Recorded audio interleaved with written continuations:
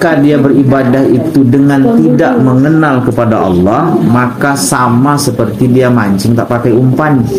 Ingat betul nih Bapak Ibu, bukan saya saja yang menyebut Bapak Ibu, semua ulama sufi pun menyebutkan hal sama seperti itu, bahwa kalau kita ibadah itu ketika kita tidak kenal kepada Allah tersebut, kemana mau kita alamatkan ibadah kita tersebut kalau seandainya kita tidak kenal?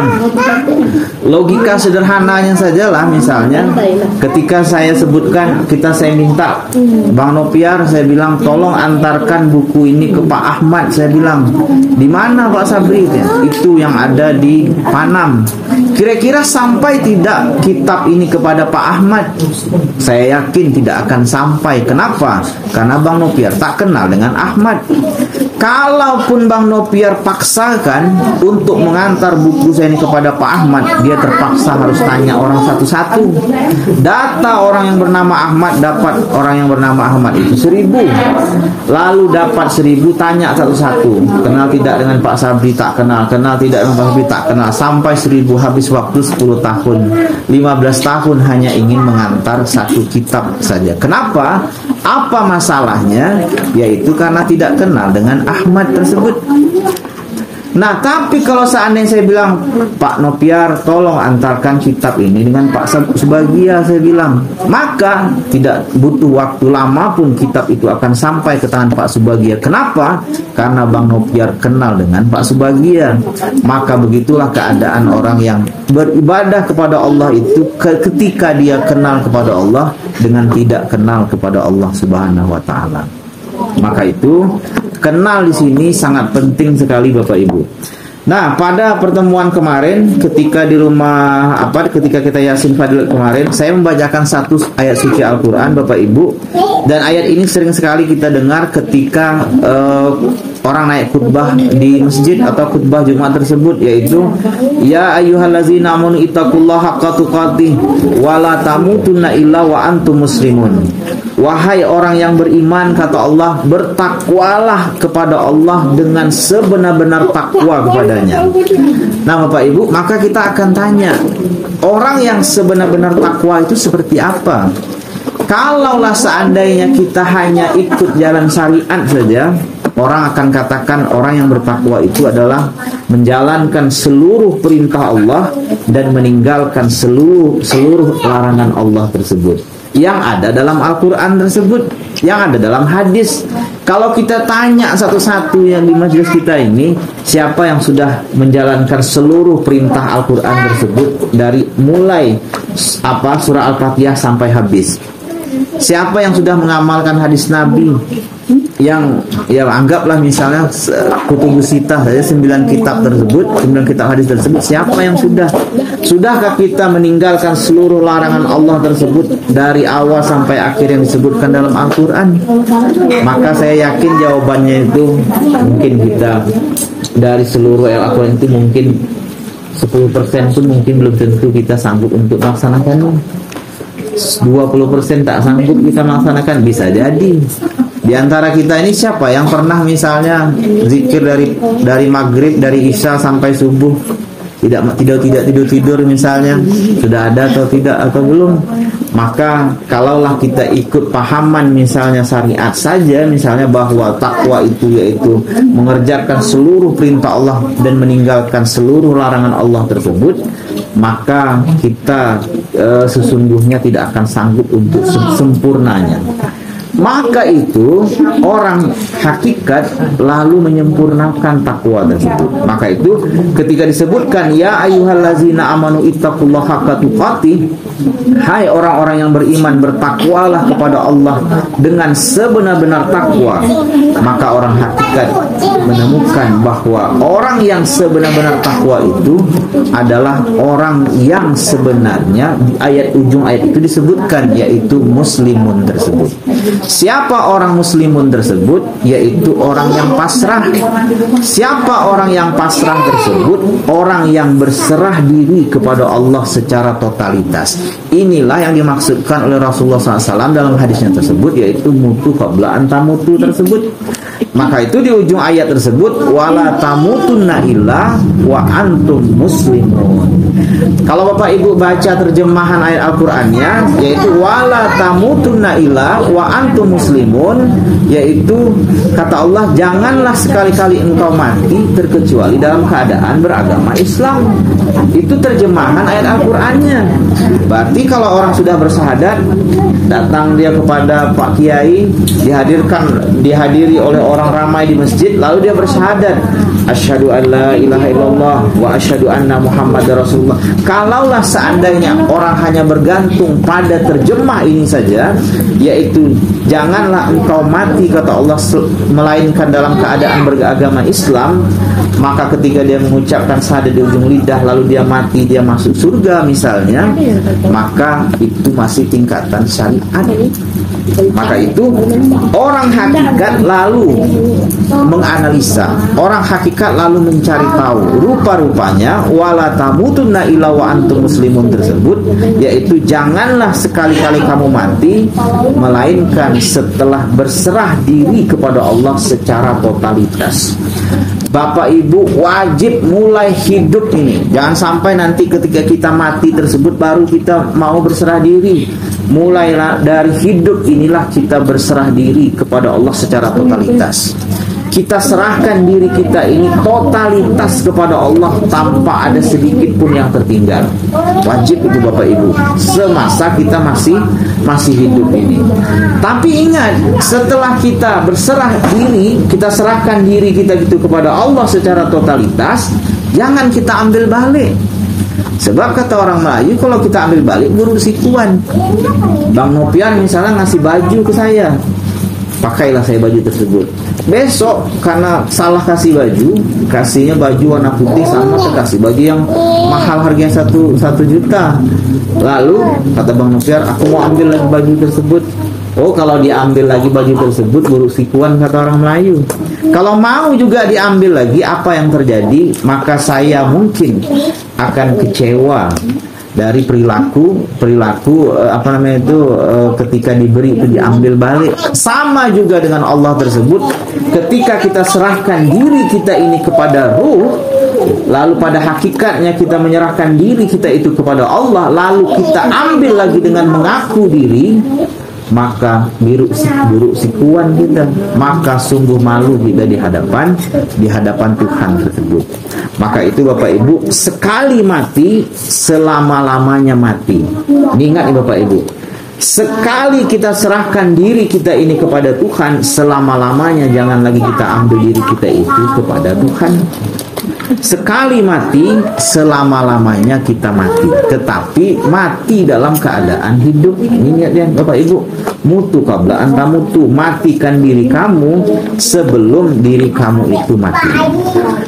Nah Bapak Ibu, dalam Al-Quran disebutkan misalnya tentang misalnya ada nafsu yang nanti di kitab ini nanti insya Allah akan kita sampai juga, tapi di bagian pertengahan itu nanti ada 7 tingkat nafsu dalam diri kita ini, dan itu mesti harus kita pecah lebih dulu. Dan 7 nafsu ini nanti kita akan lihat diri kita nanti letaknya di nafsu yang mana. Jangan-jangan hari ini kita masih letaknya di nafsu amarah. Jangan sampai nanti kita ternyata masih lawamah. Maka itu kita mesti harus meningkatkan nafsu kita tersebut, agar dengan ketika kita mengenal nafsu tersebut, kita naikkan tingkat nafsu tersebut sampai nafsu ke nafsu kamaliyah namanya. Kalau dalam Al-Quran disebutkan nafsu mutmainnah.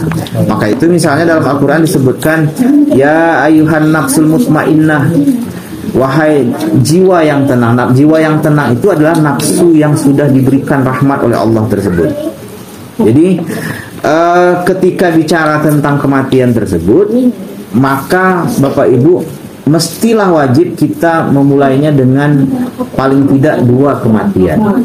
Jadi kematian itu ada 2. Yang pertama kematian jasadi, dan yang kedua ada namanya kematian irodi.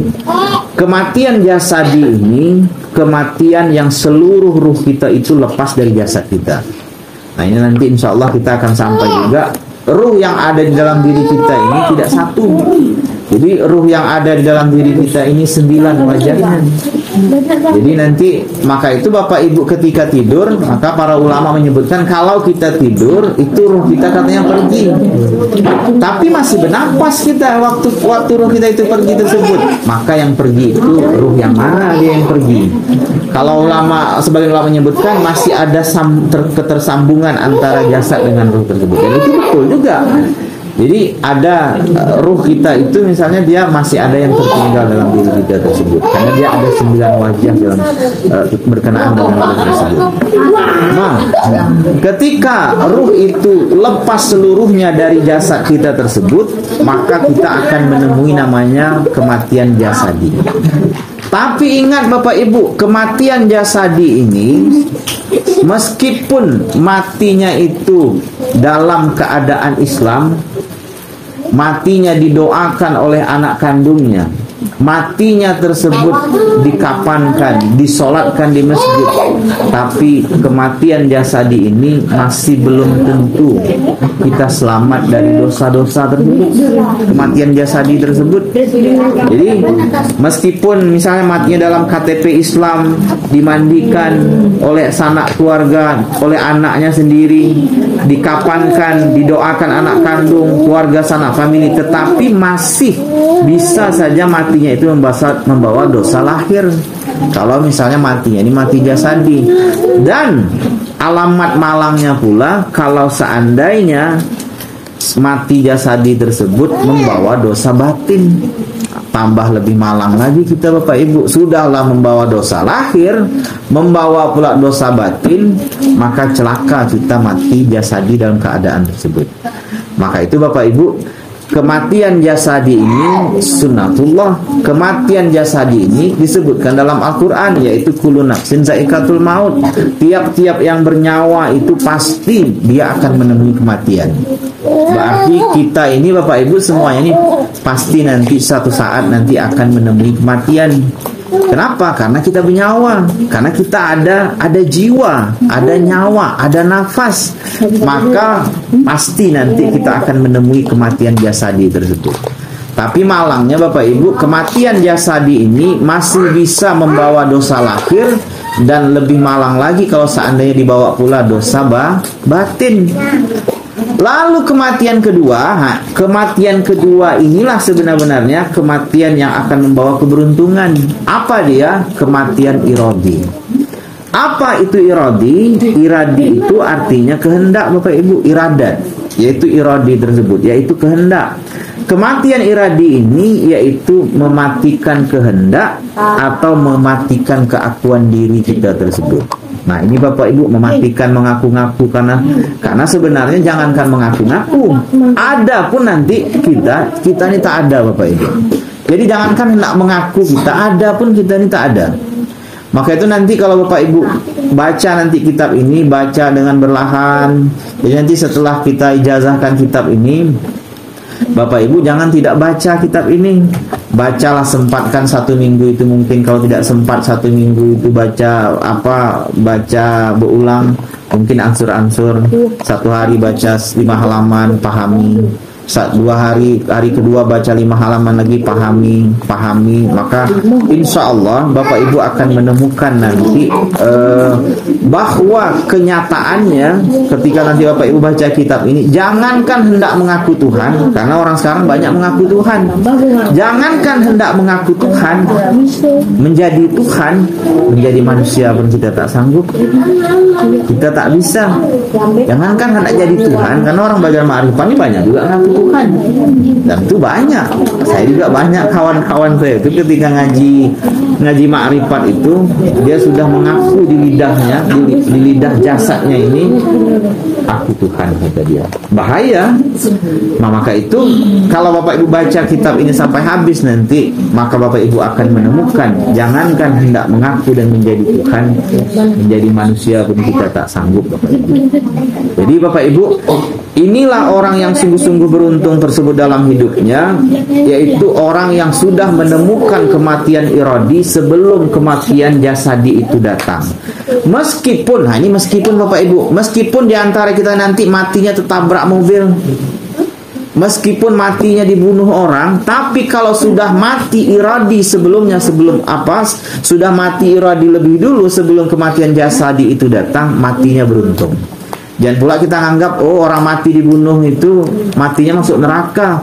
Sahabat Nabi mati dibunuh, Umar bin Khattab mati dibunuh, Utsman bin Affan mati dibunuh, sudah itu Ali bin Abi Thalib mati dibunuh juga. Tidak sedikit para ulama itu mati jatuh di laut, tidak sedikit. Maka itu letak keberuntungannya itu bukan pada matinya, tapi letak keberuntungan itu sudahkah dia mati iradi lebih dulu sebelum kedatangan kematian jasadi tersebut. Maka itu Bapak Ibu, bagaimana caranya supaya dapat kematian iradi ini? Ini kitab kita yang putih tersebut. Jadi Bapak Ibu, kitab kita yang putih itu Bapak Ibu, mulai dari syahadat, sholat, puasa, zakat, haji, ketika diiringkan antara syariat dengan hakikat itu dalam rangka untuk makrifat kepada Allah, dan dalam rangka makrifat kepada Allah itu sebenarnya yaitu mematikan diri yang jasad kita tersebut.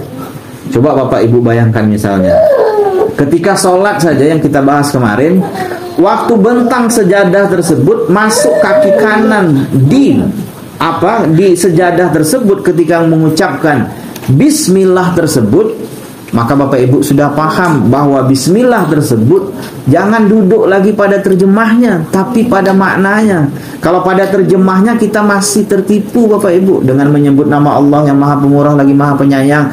Allah suruh kita, kau kalau makan, kata Rasulullah, kata Allah katanya, sebut nama aku, kata Allah, dengan menyebut nama Allah yang Maha Pemurah lagi Maha Penyayang. Lalu kita baca pula Bismillahirrahmanirrahim dengan menyebut nama Allah yang Maha Pemurah lagi Maha Penyayang. Itu kalau ikut terjemahnya. Tapi maknanya bukan itu. Maknanya itu yaitu atas nama Allah yang Maha Pemurah lagi Maha Penyayang. Maka itu ketika pakai atas nama Allah, berarti sebenar-benarnya yang berlaku itu bukan kita, tapi Allah tersebut. Maka itu Bapak Ibu, tapi sebenarnya kalau langsung ke Allah itu lancang kita sebenarnya. Ruh kita Bapak Ibu. Jadi ruh kita itu yang berlaku, bukan jasad kita, tapi ruh itu sebenarnya adalah af'al Allah Subhanahu wa taala. Maka itu saya berikan contoh kemarin misalnya begini. Pak Haji misalnya mengadakan halal bihalal, lalu karena Pak Haji sakit tenggorokan tidak sanggup untuk sambutan, Pak Haji nyuruh saya, kata Pak Haji, Sabri katanya, tolong Pak Sabri, saya serahkan tanggung jawab hari ini, kata dia, saya tidak sanggup untuk menyampaikan sambutan karena suara saya sakit, tolong Pak Sabri yang menyampaikan sambutannya. Maka saat itu ketika saya dipindahkan dipindahkan hak tersebut kepada saya, maka akan saya katakan kepada orang yang hadir, atas nama orang rumah saya akan menyampaikan sambutan, seolah-olah saya yang menyampaikan, padahal sebenarnya saya penyambung lidah saja dari Pak Haji. Maka itu ketika Bapak Ibu bentang sejadah masuk dengan kaki kanan, saat itu menyebutkan Bismillah tersebut, saat itu seolah-olah saja kita yang berlaku, tapi sebenarnya adalah ruh kita. Ruh kita itu apa Allah, maka hakikatnya sebenarnya yang saat itu berlaku itu tiada lain dan tiada bukan zat Allah juga. Maka itu Bapak Ibu, sholat itu kalau seandainya diiringkan antara syariat dengan hakikat, sebenarnya dia ingin membunuh diri yang jasad tersebut agar dia mati, agar dia menemukan kematian iradi sebelum kedatangan kematian jasadi tersebut Bapak Ibu. Kemudian Bapak Ibu, kita lingkaukan. Nah, di dalam ayat Al-Quran Bapak Ibu, sebenarnya sudah banyak Allah itu menyebutkan supaya kita itu membunuh diri jasad kita ini. Dalam Al-Quran itu sudah banyak perintah Allah itu supaya kita itu mutu qabla anta mutu. Karena mohon maaf Bapak Ibu, banyak orang sekarang Ya, saya tidak ingin menyebutkan, banyak orang yang hanya tekstualis saja. Mereka banyak yang menyebutkan bahwa tidak ada katanya dalam Al-Quran tersebut Allah menyuruh kita itu mutu qabla an tamutu. Karena kebetulan kita nonton juga di YouTube misalnya, mereka mengatakan tak ada perintah dalam Al-Quran mutu qabla an tamutu tersebut. Padahal Bapak Ibu, kalau seandainya kita melihat ayat Al-Quran tersebut, maka banyak ayat-ayat Al-Quran itu memerintahkan kita itu untuk mutu qabla antamutu tersebut. Contoh misalnya dalam ayat Al-Quran misalnya, dan ini sebenarnya ayat ini ayat yang ditujukan kepada kaumnya umat Nabi Musa, yaitu ketika Allah itu berfirman, walau anna katabna alaihim aniqtulu anfusakum, ini garis bawahnya, aniqtulu anfusakum awih ruju min diarikum. Jadi Allah berfirman, dan sesungguhnya kata Allah, kalau kami perintahkan kepada mereka, bunuhlah dirimu atau keluarlah dari kampungmu, kata Allah, niscaya mereka tidak akan melakukannya kecuali sebagian kecil dari mereka saja. Ini dalam surah An-Nisa ayat 66 Bapak Ibu. Jadi ayat ini ada perintah bunuhlah dirimu, kata Allah. Tapi ayat ini ditujukan kepada umat Nabi Musa. Ketika umat Nabi Musa itu berbuat kesalahan, maka saat itu turun ayat Al-Quran, yaitu bunuhlah dirimu atau keluarlah kamu dari kampungmu.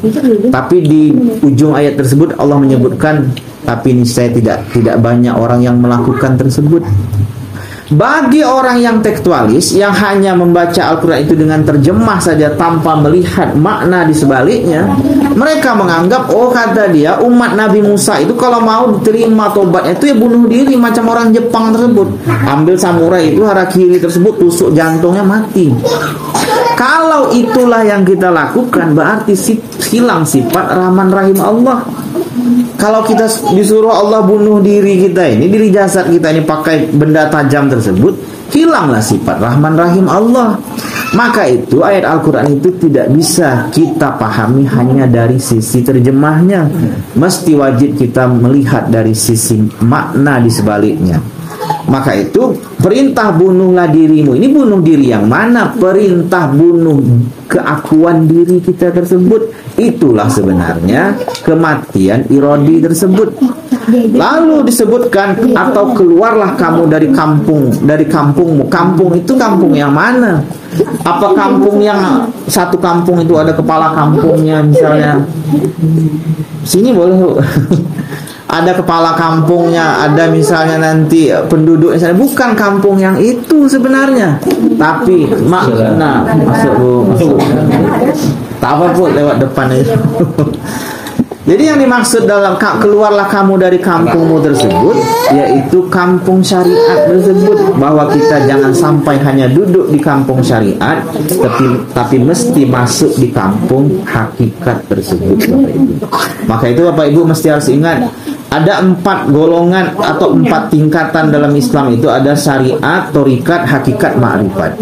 Syariat dengan thorikat itu masih masuk dalam syariat, dalam payung syariat. Hakikat ma'rifat itu masuk dalam payung hakikat. Maka perintah Allah keluarlah kamu dari kampungmu tersebut, yaitu keluar dari kampung syariat menuju kampung hakikat. Sebab kalau hanya duduk di kampung syariat saja, di kampung jasad saja, tidak menembus ke dalam kalbu, yaitu ruh kita tersebut, maka kita, yang kita sebutkan pada pertemuan-pertemuan sebelumnya, kita ini bisa tersesat dalam kebenaran.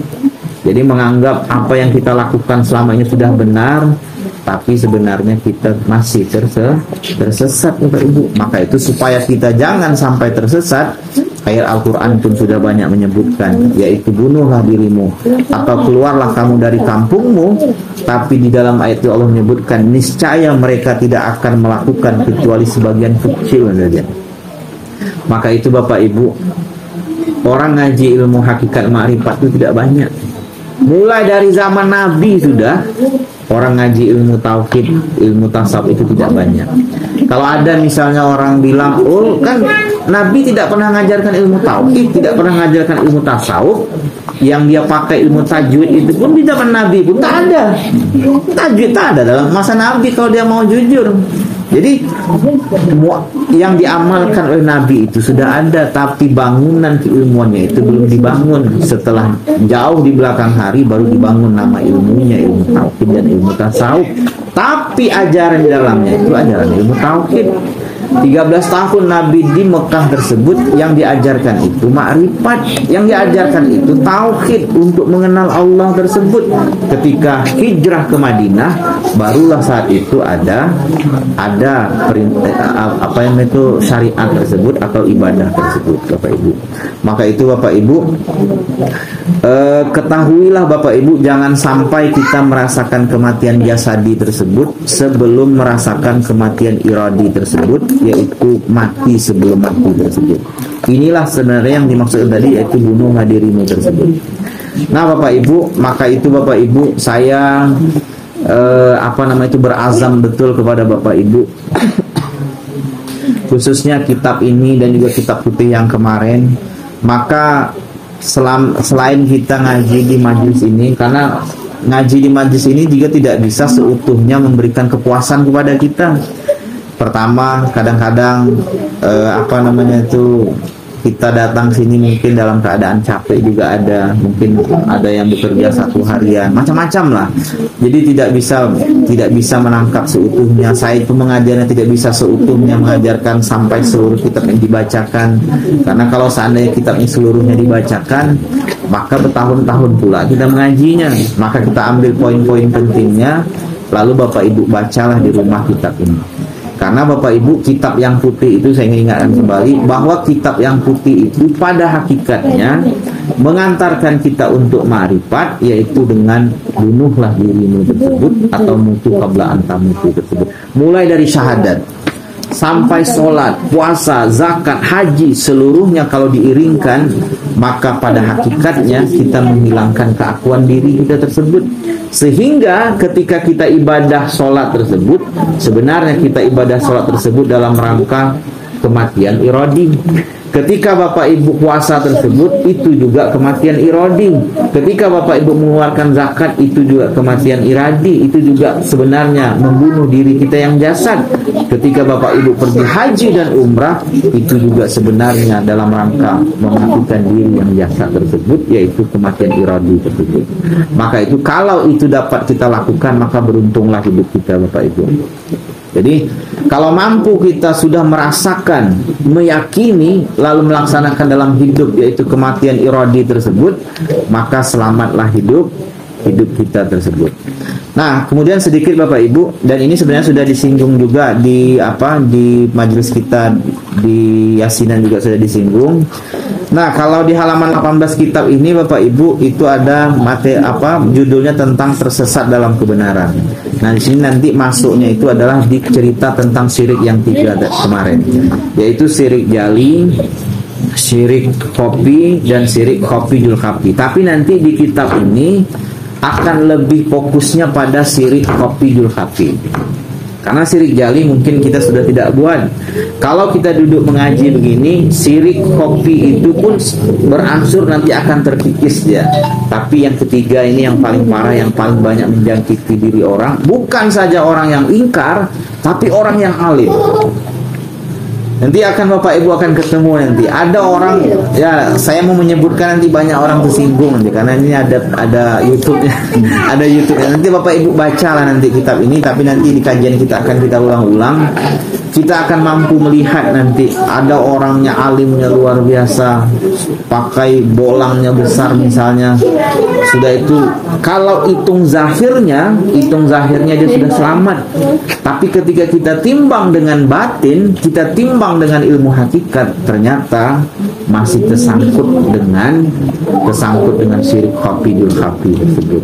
Kalau masih tersangkut, maka keadaannya sama dengan syirik jali dan syirik khafi.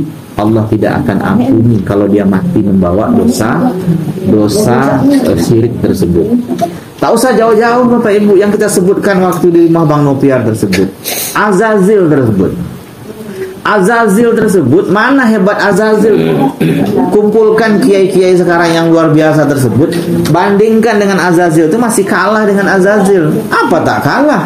Berapa panjang umur orang sekarang? 100 tahun misalnya dari ibadah, masih kalah dengan Azazil 185.000 tahun. Kalau mau ditandingkan ilmu tauhid kita dengan Azazil, kita tak menang. Masih hebat Azazil ilmu tauhidnya, masih hebat Azazil ibadahnya, fikihnya. Tapi di mana letak luputnya Azazil tersebut sehingga dia jadi iblis? Luputnya pada ilmu hakikat, yaitu tidak sanggup, tidak mampu melihat sesuatu di balik sesuatu. Kenapa? Karena masih tersangkut di syirik yang ketiga, yaitu syirik khafiyul khafi tersebut. Itu iblis tersebut, Bapak Ibu. Jadi iblis itu fikihnya hebat, pokoknya kepalang tanggung lah ilmu fikihnya. Ilmu tauhidnya hebat, Bu, iblis tersebut. Ibadahnya lama, 185.000 tahun dia beribadah. Tapi gara-gara tersangkut dengan syirik khafiyul khafi, masuk neraka jadi iblis. Apalagi kita, umur kita berapa? 60 tahun, 70 tahun. Kalau seandainya tersangkut syirik khafiyul khafi itu pada diri kita, sama keadaan kita dengan iblis, masuk neraka kita. Maka itu syirik yang 3 ini wajib kita ketahui dan wajib kita hindari dan buang seutuhnya. Satu-satunya jalan untuk menghilangkan atau memberantas syirik khafiyul khafi tersebut satu saja, Bapak Ibu, yaitu babul maut atau pintu kematian tersebut.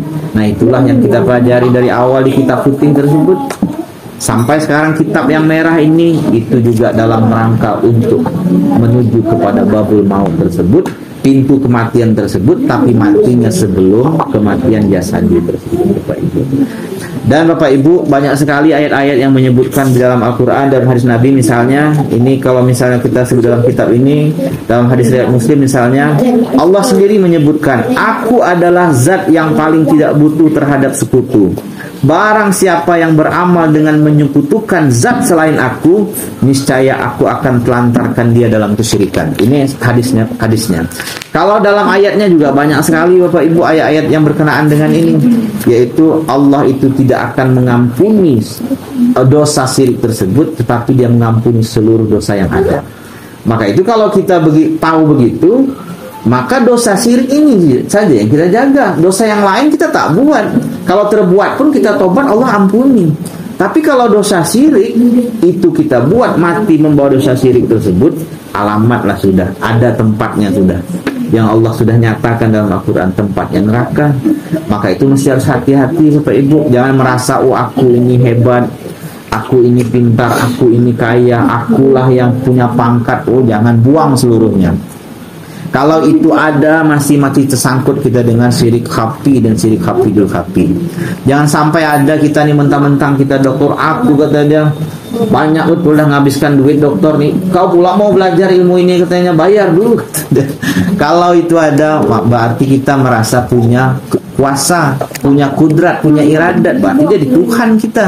Maka mesti harus hati-hati, Bapak Ibu, jangan sampai sedikit pun tersangkut. Maka itu satu saja pintunya, itu babul maut tersebut. Tapi untuk dapat babul maut ini perjuangannya bukan sebentar.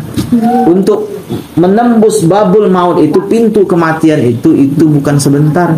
Hari ini kita apa? Tapi kalau udah ketemu masalah hidup, dikasih Allah, diuji oleh Allah, tak sanggup juga kita. Aku, kata dia, macam-macam lah tersebut di lidah kan. Awak katanya sabar itu ada batasnya, betul secara syariat, tetapi secara hakikat sabar itu tak ada batasnya. Secara syariat betul, sabar itu ada batasnya, tapi secara hakikat sabar itu tidak ada batasnya. Cuman pahaman orang hakikat berbeda. Sabar itu nanti sabarnya bersama dengan Allah, menangis dengan Allah, tertawa dengan Allah, billah namanya. Maka itulah selamat. Ada 2 orang, kedua-duanya sama dapat musibah.